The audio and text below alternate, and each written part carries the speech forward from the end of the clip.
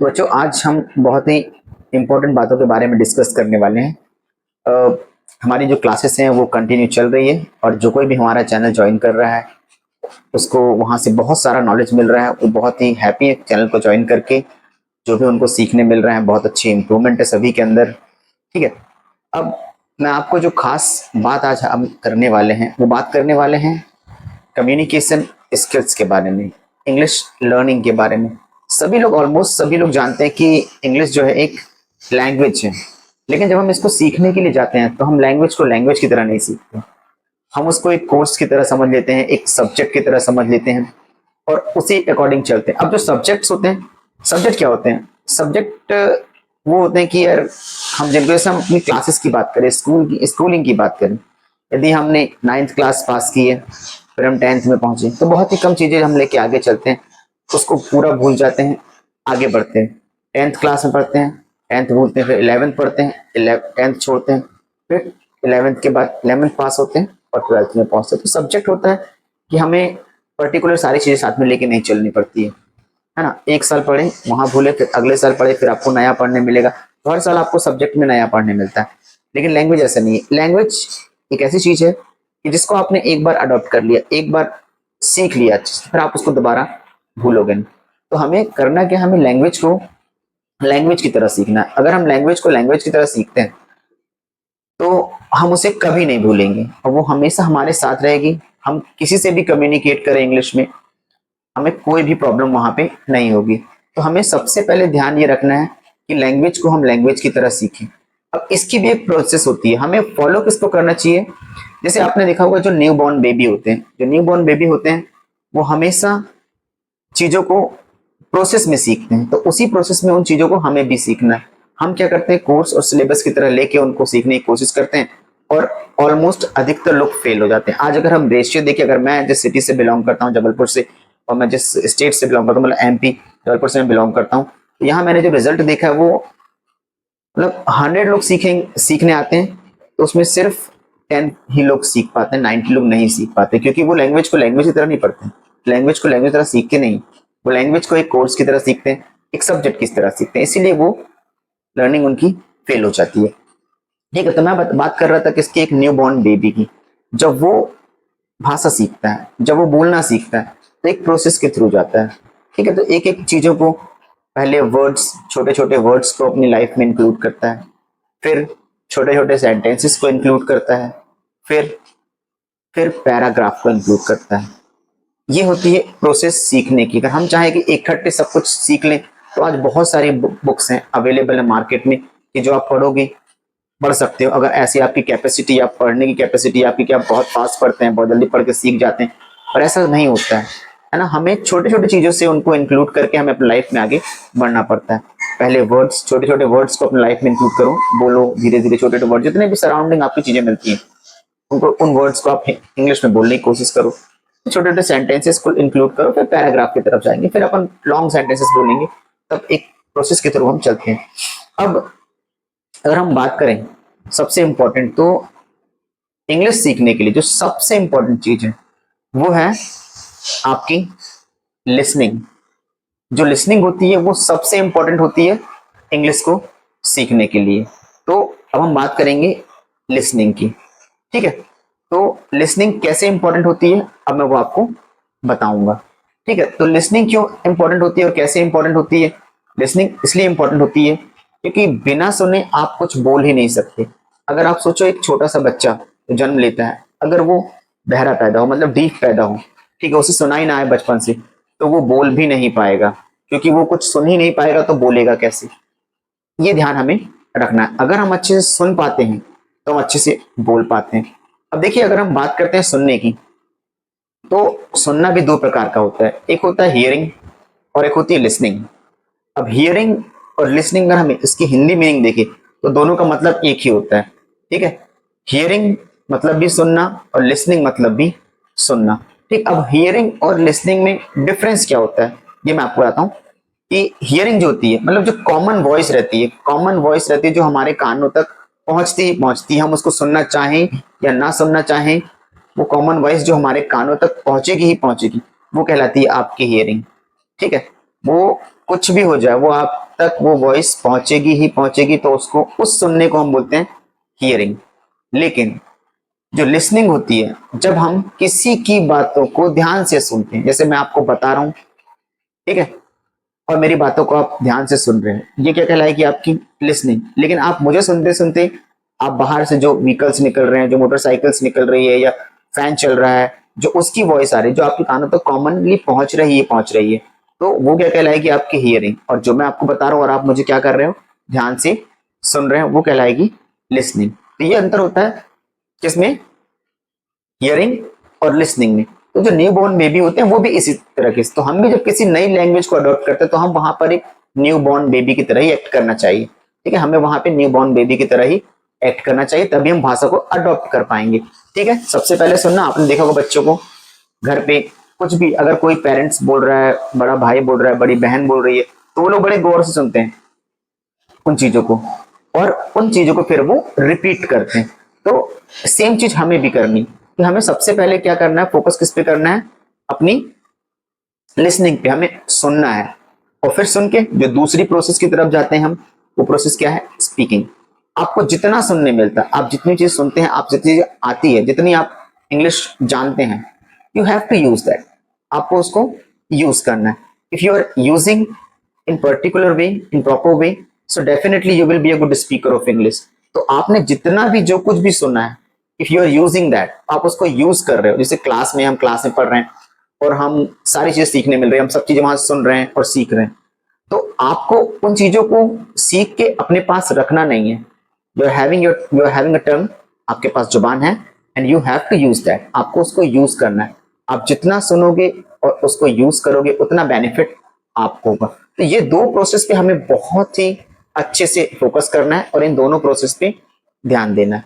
पहले आपकी लिसनिंग, और सेकंड आपकी स्पीकिंग, कि आपको सुनना है, और सुनकर जो चीजें आपको मिलती है, जो भी मटेरियल आपके पास में होता है, you have to use that. आपको उसको यूज करना है।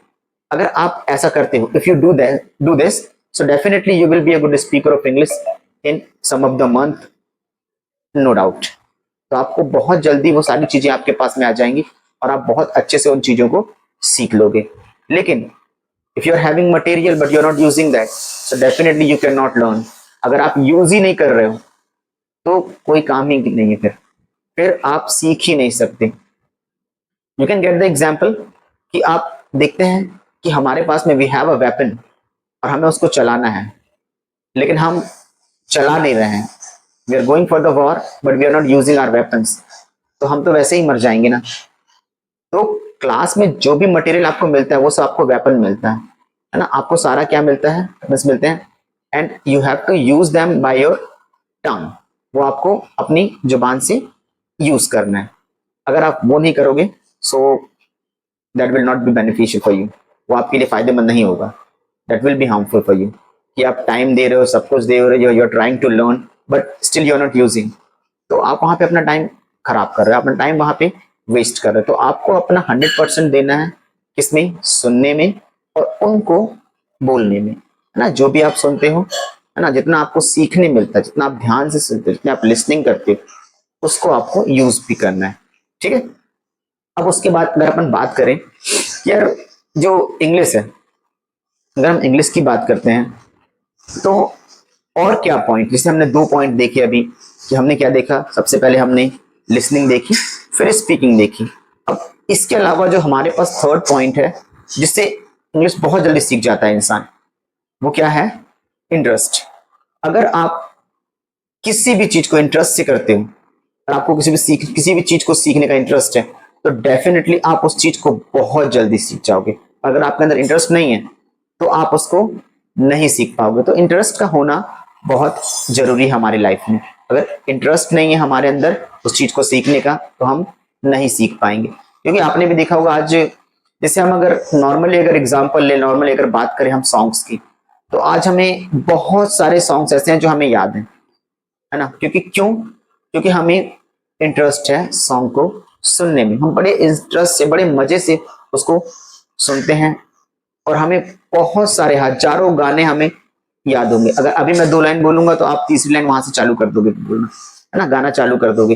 तो यही होता है क्यों? क्योंकि हमारे पास में इतने सारे सॉन्ग, अब किसी ने कोई स्टिक लेके, कोई टीचर ने आपको सिखाया तो नहीं कि यार गाना सुनना है, गाना सुनना है, गाना गाना है आपको। तो ऐसी कोई भी चीजें आपको किसी ने सिखाई नहीं है कि आपने, और ना ही आपने कभी कोई क्लास ज्वाइन करी होगी गाने को सीखने के लिए, है ना। फिर भी हमें बहुत सारे, हम प्रोफेशनल सिंगर तो नहीं है, अगर मैं बात करूं प्रोफेशनल सिंगर, हाँ वो लोग क्लास जाते हैं, वो लोग सीखते हैं, क्योंकि they want to make the future in that field, क्योंकि वो अपना फ्यूचर उस फील्ड में बनाना चाहते हैं। बट हम सिर्फ इंटरेस्ट से सीखते हैं, है ना। इसीलिए हमें फिर भी बहुत सारे गाने, हाँ ये मैं कह सकता हूँ कि हमें स्वर और ताल का तो पता नहीं है, लेकिन हमें गाने के अंतर अच्छे से पता है, हमें गाने की लाइंस याद रहती है। वो क्यों? क्योंकि हमें इंटरेस्ट है। अगर हम देखो ना, हम कहीं भी अगर ट्रैवल करते हैं, अगर हम कहीं भी ट्रैवल कर रहे हैं, तो सबसे पहले हमारा ध्यान कहाँ रहता है? यार गाने सुनना है। So while travelling we listen the song, हम गाने सुनते हैं। घर में बैठे हैं, टाइम पास नहीं हो रहा, खाली पीली बैठे हैं, लेट्स प्ले द सॉन्ग, चलो गाना बजाते हैं, गाना सुनते हैं। सो ये सारी चीजें होती है, और हम बहुत इंटरेस्ट से उन चीजों को लेते हैं। तो जो भी चीजें हम इंटरेस्ट से करते हैं, वो चीजें हमें बहुत जल्दी हमारे पास में आ जाती है। लेकिन अगर हम इंटरेस्ट नहीं लेंगे, जैसे हम पढ़ाई में, अधिकतर बच्चे पढ़ाई में ज्यादा इंटरेस्ट नहीं लेते, तो जब हम रिजल्ट की तरफ देखते हैं तो रिजल्ट में परसेंटेज भी वैसे ही देखने मिलते हैं। जो ज्यादा इंटरेस्ट लेते हैं उनके परसेंटेज हाई मिलते हैं, जो कम लेते हैं उनके कम, और जो उनसे कम लेते हैं उनके उनसे कम। तो इंटरेस्ट के ऊपर बहुत सारे डिपेंड करती है चीजें। तो अगर आपने अपना इंटरेस्ट बनाए रखा है और आपको बहुत शौक है इंग्लिश बोलने का, तो definitely you will, no one can stop you to be a good speaker of English. तो आपको फिर वहां कोई रोक नहीं सकता है, क्योंकि आप उस चीज को इंटरेस्ट से कर रहे हो। अगर आप इंटरेस्ट से नहीं कर रहे हो तो फिर आपसे वो चीजें नहीं आएगी। चलिए अगर अपन बात करते हैं अगर आगे के टॉपिक की, तो अगर मैं आगे के टॉपिक के बारे में बात करूं, तो आपको दो चीजों से दूर रहना है while लर्निंग। अगर आप इंग्लिश सीखने जा रहे हैं, फिर going for learning English, so you have to leave two things. You don't have to fear with anyone. सबसे पहली चीज कि हमारे अंदर जो डर है वो नहीं होना चाहिए। I have seen most of the people, मैंने बहुत सारे लोगों को देखा है, when they talk at home and when they talk with their family, with their friends, तो वहां पर उनके लिए कम्युनिकेट करना बिकम्स वेरी इजी।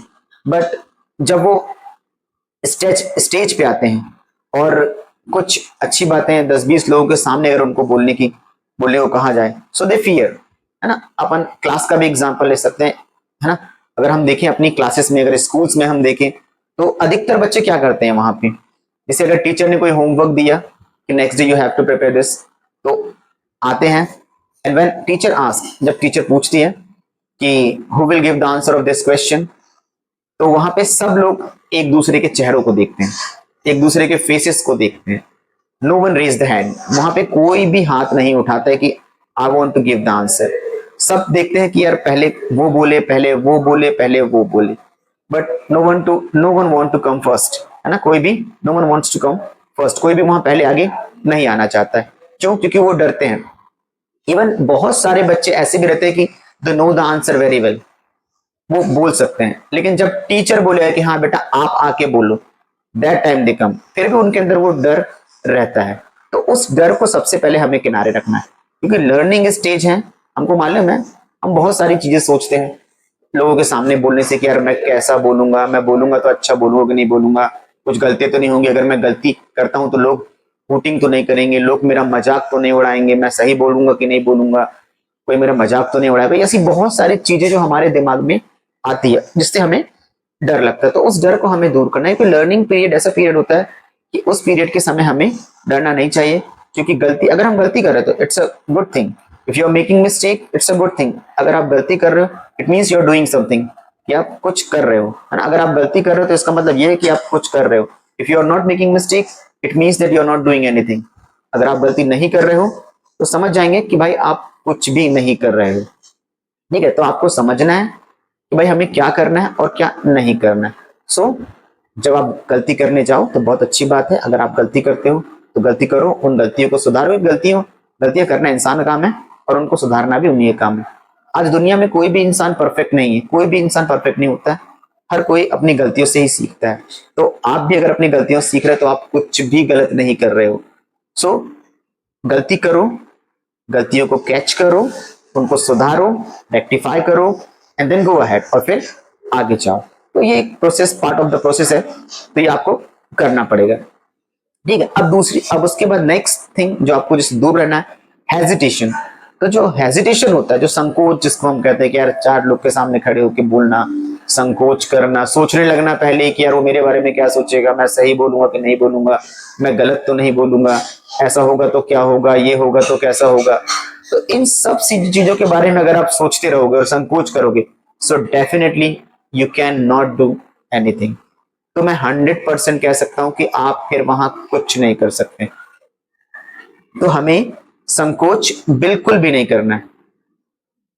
अगर हम संकोच करते हैं तो हम वहीं के वहीं रुके रह जाएंगे। तो हमें संकोच बिल्कुल नहीं करना है, आगे बढ़ना है, अच्छे से सारी चीजों को सीखनी है।